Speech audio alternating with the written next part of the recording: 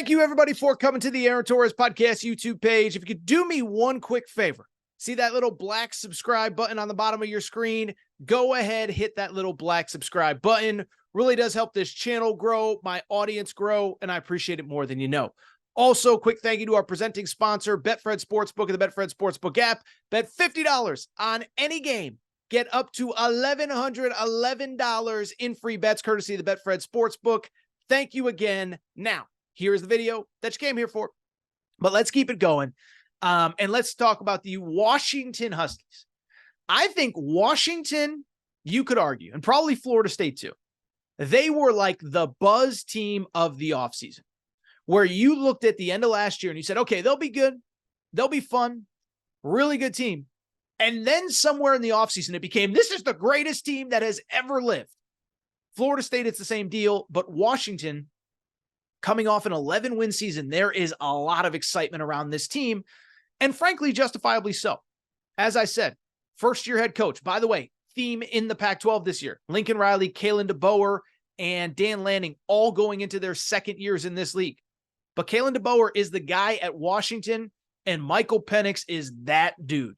Michael Penix, I don't think people realize how good this guy was, and I don't think people, again, realize how good this team was late in the year, winning at Oregon, beating Oregon State, beating Texas in a bowl game. This is where all this excitement comes from. And it starts with DeBoer, and it starts with Michael Penix. Penix a year ago transfers in from Indiana. Of course, DeBoer was his offensive coordinator several years prior. And Michael Penix has a career year for an incredible offense. This was an offense that ranked first nationally in passing yards, okay? Wasn't Josh Heupel's Tennessee team. Wasn't Ryan Day's Ohio State team. Wasn't Lincoln Riley's USC team. It was Michael Penix, Kalen DeBoer, and Washington.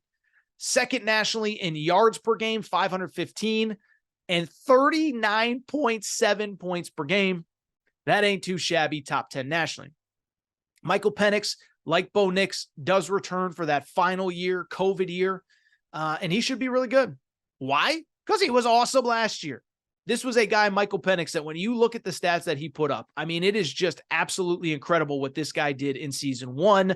4,600 yards, 31 touchdowns, a 65% completion percentage guy, and he's going to have plenty of weapons around him this year. Good news is second leading rusher is back. They don't really run the ball a ton, but it is worth noting a nice stable of running backs. Cameron Davis, 644 yards rushing last year. Daniel Nagata transferred in from Arizona State. Dylan Johnson transferred in from Mississippi State. So plenty of depth in the running back room. And then the wide receiver room. I just said it with USC. I'll say it again. Washington won't get the hype of an Ohio State, a Texas, or even a USC. These wide receivers are insane. Jalen McMillan, 79 catches, 1,000 yards, 9 touchdowns a year ago. Rome Odesne, 75 catches, 1,145 yards, 7 TDs a year ago. Jalen Polk, another superstar on that in that pass game, Jalen Polk, 41 catches, 694 yards, and 6 touchdowns. So you are talking about a team in the Washington Huskies that in their top 3 pass catchers, how about this? Just last year, 223 catches, 3,200 yards, 23 touchdowns. Out of 3 guys, you can see the excitement. Here's even more good news. The defense, while statistically not looking very impressive, was much better the second half of the year. This was a team that the first half of the year, the first 6 games, gave up 32 points per game. The final half of the season, 22 points per game. And really, listen, they took 2 early losses. One was at UCLA, no shame in that. The other one at Arizona State, maybe the weirdest loss of the season. But again, that defense played really well down the stretch. 21 points allowed against Cal, 21 points in a win over Oregon State, 7 against Colorado, 20 against Texas in the bowl game. As far as depth and all that information, I would just say when it comes to that team, they have a pretty solid front 7 when it comes to Washington. Braylon Trice, 12 tackles for loss, 9 sacks off the edge. But there is a little bit of a concern with Washington.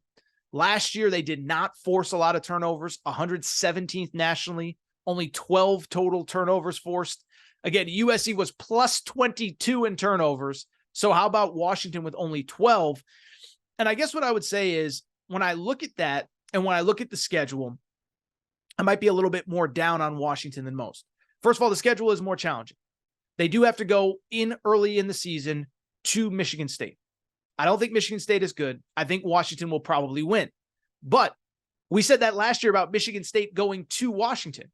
We said Michigan State's really good. They're going on the road. They'll be fine. They get smacked by Washington. Now Washington's got to fly cross country to play Michigan State. Beyond that, like those other two schools that I mentioned, a very loaded back half of the schedule for the Washington Huskies. Final 4 games they play, really, again, it's like Oregon, the final 6 games, really. Oregon at home on October 14th. That will be off of a bye. But then the final 4 weeks of the season at USC, Utah, Oregon State on the road, Washington State at home in the final Apple Cup. So final 7 games or so, Oregon at home, USC, Utah, USC, Oregon State on the road, Utah at home. That's a really, really, really tough schedule, and I would be worried a little bit. Finally, there is one other thing, and listen, this is me being transparent, okay? Washington fans might hear that and think, Torres is a hater. Torres doesn't like my team. This is just what I would say. Washington, my other big concern with them, I do worry a little bit about Michael Penix, a guy that historically last year was the outlier year, and also a guy that has struggled to stay healthy in his career. Obviously, I would never in a million years root for anybody to get hurt. I hope that goes without saying. But here's the bottom line on Michael Penix. Prior to last season, when he was one of the best quarterbacks in college football, okay? Prior to that, he was a 53% completion percentage guy in 2022. Now, admittedly, he was coming off of an injury, but still 53% completion percentage, 56% completion percentage in 2021. Now, you could argue it was because he didn't have the coaching that he does under Kalen DeBoer. But what I would say is, can he do that 2 years in a row? If he does it 2 years in a row, Washington's going to go over here. With that said, I struggle to believe that he'll be able to. I do worry a little bit about the schedule, and I do worry about the defense just enough where this is my first official bet. I am going to go ahead and take the under here because, like I said, I really like this team and I really like this story, but I worry a little bit about the Washington Huskies. My official bet on this team, it is Washington under the 9.5 wins. I think they're probably about a 9-3 squad. Again, somebody's got to take losses in all these big games. I worry a little bit about Washington.